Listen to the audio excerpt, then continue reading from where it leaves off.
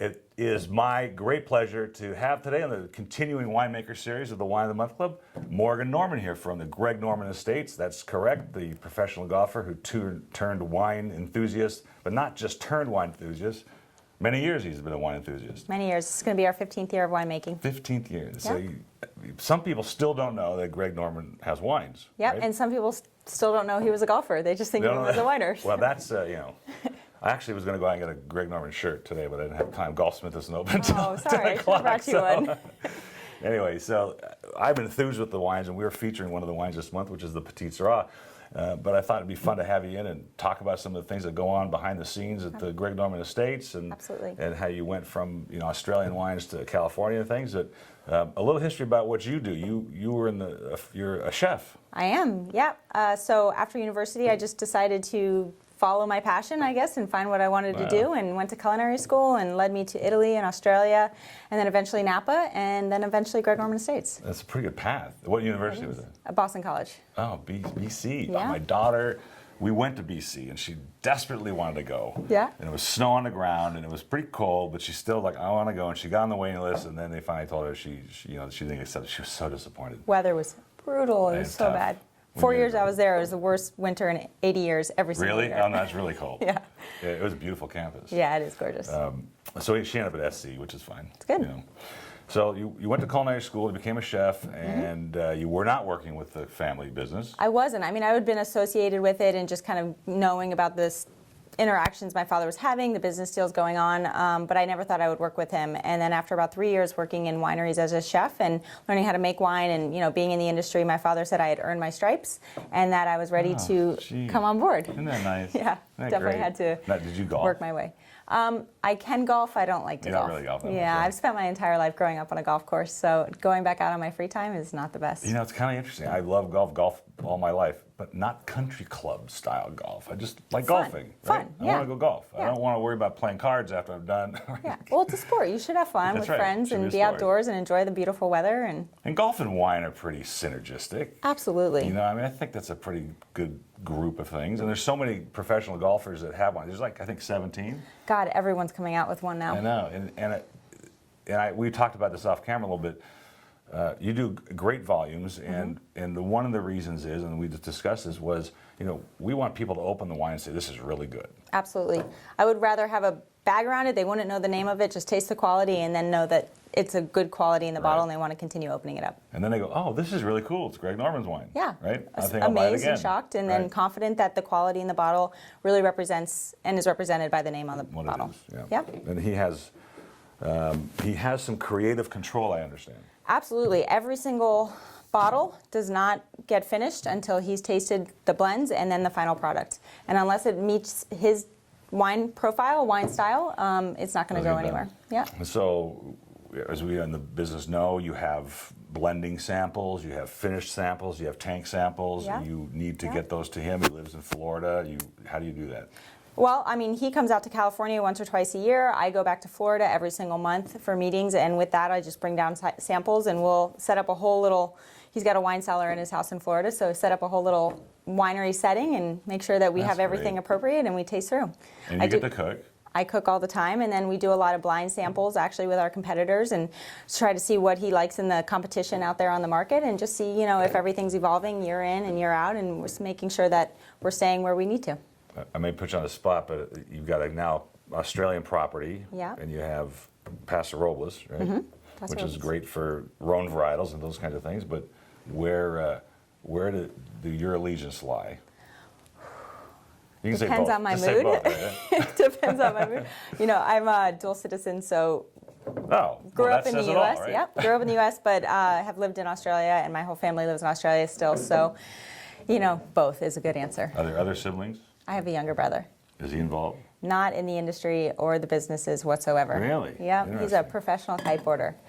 He likes to drink the wine a lot. He likes me to send him the wine a lot, but. Wow, that's pretty interesting. Yeah. Okay, so this is your non-vintage Brut. Yes, this is sparkling from southeastern Australia. It is made up of Pinot Noir dominant grape, Chardonnay, and a bit of Pinot Meunier in here. I love champagne for one, though Mrs. K doesn't care for it that much. But Pinot Noir. People don't realize that Pinot Noir is a mainstay of Champagne all Absolutely. over the world, and but it's yellow. Yeah, You know? people ask me that all the time, that how we can have Pinot Noir in our bottle and say that this is the grape in there and then the juice is not red. But if you actually extract the skins from the Pinot Noir grape and you press the grapes, the juice actually comes out white. And so that's what we do. We just extract the skins from it right away. When you peel a grape, they're all the same color inside, All the same. basically, right? Yep, the tannins and the color come from the skins. And I love the bright acidity of this wine. I love the green apples and the minerality of it, and the bubbles are very fine, kind of creamy. Traditional style, so it is really elegant. It's not overly yeasty like some champagnes you can taste, but just very elegant, easy to drink. And I like to say that it's not a good day without a glass of sparkling. So, this is a glass of wine that you can have every day. And I would never put orange juice in this. Never. Don't. No, right? sacrilegious. This is too good for that. Absolutely. And this, I love pairing with appetizers at the beginning of the meal, but I also really love pairing this with chocolate desserts at the end of the meal, or ice cream or something creamy. It's a great way to end the meal, to kind of like cleanse your Good idea, palate. yes, clean the palate. Really good. Yeah, thank you. This is one of our little hidden gems in the portfolio, I find. Yeah, I don't remember seeing it even on the shelf much. No, it actually doesn't have a lot of distribution for off-premise accounts. You can't just go into your retail store and pick it up, but it's more of a specialty specialty order that you can get online, or certain places where you can order. And I don't really like the yeasty, people, Dom Perignon, can you give me Cristal and that? I think they're too bready. It's hard to have I don't like anything that. with them. They overwhelm the palate too much. That's a really, as a chef, that's a really good point. It's funny, I always taste wines and think first and foremost what I would eat with it, because I need my wine to be very food friendly. Right. And that is really an important factor for me. So whenever I'm tasting a wine, it needs to be able to be food friendly. That's used to be in the old days. The excuse for a wine that was too acidic, it's food friendly, but now people say it, they mean it. But they used to be the sales guy coming, well, by itself it's not that great, but you put it with food, it's really good. I'm like, well, what does that mean? You should be able to drink wine by yourself or right. with food, whenever you want. So this is a Chardonnay from Eden Valley, which I asked you earlier what you would describe where it's from, but I was not aware. I had not heard Eden Valley, and so that's near. Eden Valley is a southeastern Australia appellation. It's a small little appellation around the Yarra Valley area. It's actually a high altitude mountain fruit, and this appellation is predominantly planted to Riesling. There's small plots in there with Chardonnay, and because of the cooler climates and the higher altitude, you really get a lot of that bright, crisp flavor. Gorgeous. But this wine sees a little bit of 2 to 3 year old French oak, and then it also sees malolactic fermentation. So you get a little bit of that balance and the creaminess, but the coolness of that higher altitude fruit balances it out. Still crisp. Lots of green apples, and Absolutely. but you do have that vanilla undertone from From the oak. the oak, and it's subtle because the oak was older. Very subtle. Yarra Valley, is it Yalumba? Isn't it out there in the Yarra Valley? I think so, yeah. They make great They're Chardonnay as great well. wine.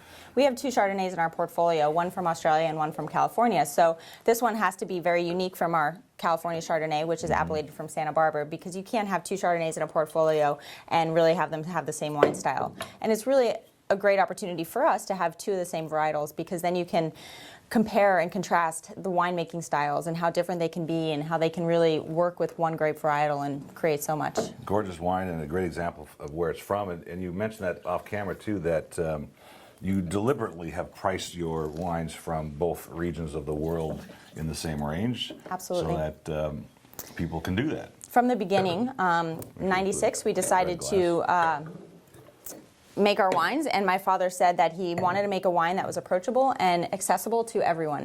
If he was going to drink it every single night, he wanted everyone else to drink it every single night. So we have, from the beginning, always stayed true to our price point, and then when we launched California, we came out with that same price point, and we've always wanted to stay the same across the board. Great idea. Let's try the Pinot Noir. Pinot Noir from Santa Barbara County.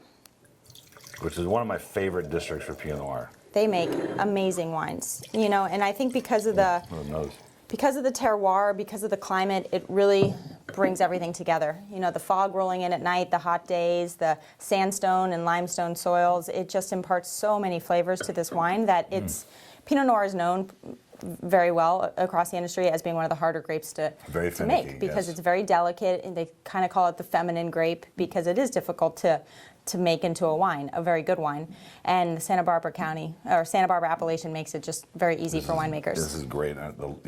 Both of these wines, actually the Chardonnay as well, have opened up since we opened them a few minutes earlier. And I'm starting to get all these different flavors in here. And I get a little whole berry fermentation. Is there any cluster fermentation of this? Whole berry, and then, excuse me, pump overs daily, a couple times a day. So have the fruit, have the stems, and then the leaves all together. You can get that with the depth, that complexity is really there because of that. Yeah, and our wines, even though most of them, all of them come from New World regions, it's really made in an Old World style. So they really open up as you pour them, as you drink them. They really come to life on their own over time, and that's the unique quality about them because they're kind of always developing and maturing. Gorgeous, really super wines. Now we chose the Petite Sirah, and I did that for a couple of reasons. One, I like the grape; it's a fun grape, and you discussed how that's one of your favorites. But also, it's a wine that you don't have as much on the shelf, so that my customers will see what else you can make. Yeah. And they go to the market and they see one of these varietals, they get a chance to say, oh, I really like the Syrah, the Petite Sirah, maybe the Pinot Noir will be something we're interested in. This is another one like our sparkling, very limited distribution, very small production in comparison to our other varietals. And this is one that I think is really another hidden gem because it's not a varietal that you really expect. It's not a varietal that you'd really expect in our portfolio. But because we are making wine in Paso Robles, Paso Robles makes an unbelievable Petite Sirah, and this just really embodies the region, the varietal. Now I know why I tasted why I bought it. It's just so really good. And Look at the this. color. You can't even see your hand through the glass. No, it's amazing. It's really good. I always say too that this is a really great beginner's Petite Sirah because lots of Petite Sirah on the market tend to be very high in alcohol, very jammy. It's almost like getting punched in the face when you put that in your mouth for the first time. And this is very elegant. It's a little bit softer, and again, it's very food friendly, so it's not going to overwhelm. I love the food. berries, and there's a spice in there that I'm trying to identify here, but I can't get it. But there's something very unique about this. You're right. Most Petite Sirahs, they're kind of hot weather. They get too juicy, and then they're almost unapproachable because there's so much acid. Yep. I get a little white pepper in here. I even get a little vanilla in the background, which is hard to find in a Petite Sirah because normally every other flavor overwhelms that subtleness of the vanilla. But It's the white pepper that you found. I get that now. Thank you for figuring that one it just out for coats me. the glass too. I know, look at that. Look at the color. I love it. Just leave it like that. It's like stained glass windows. I have to say, the Petite Sirah and our Reserve Shiraz, one of my favorite things to eat it with, and everyone's always surprised because they think I'm a chef, so I'm going to cook some amazing elaborate dish, is just a simple pepperoni pizza. Oh, really? Well, I can see that. Yep, it's the best. Yeah, it doesn't have to be a fancy dish. It doesn't have to be beef Wellington or all kinds of different flavors. They can be simple, and they can let the wine do some of the work as well.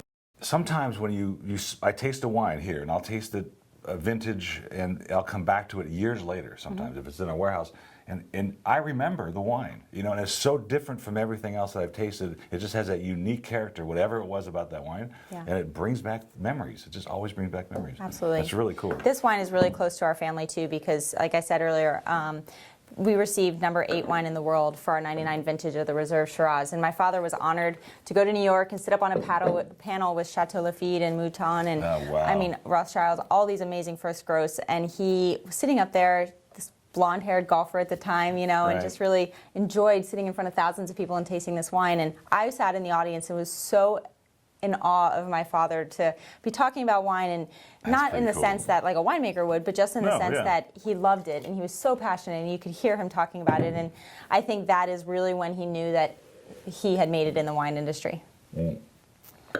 With that stellar crowd that you're with, I mean, that's pretty good company to be in. So, well, all the wines are great, and I congratulate the success of the brand, and Thank it has you. a lot to do with your efforts, and we'll look for you at the beach. Yes, right? absolutely. When we get down there. Always there. Cheers.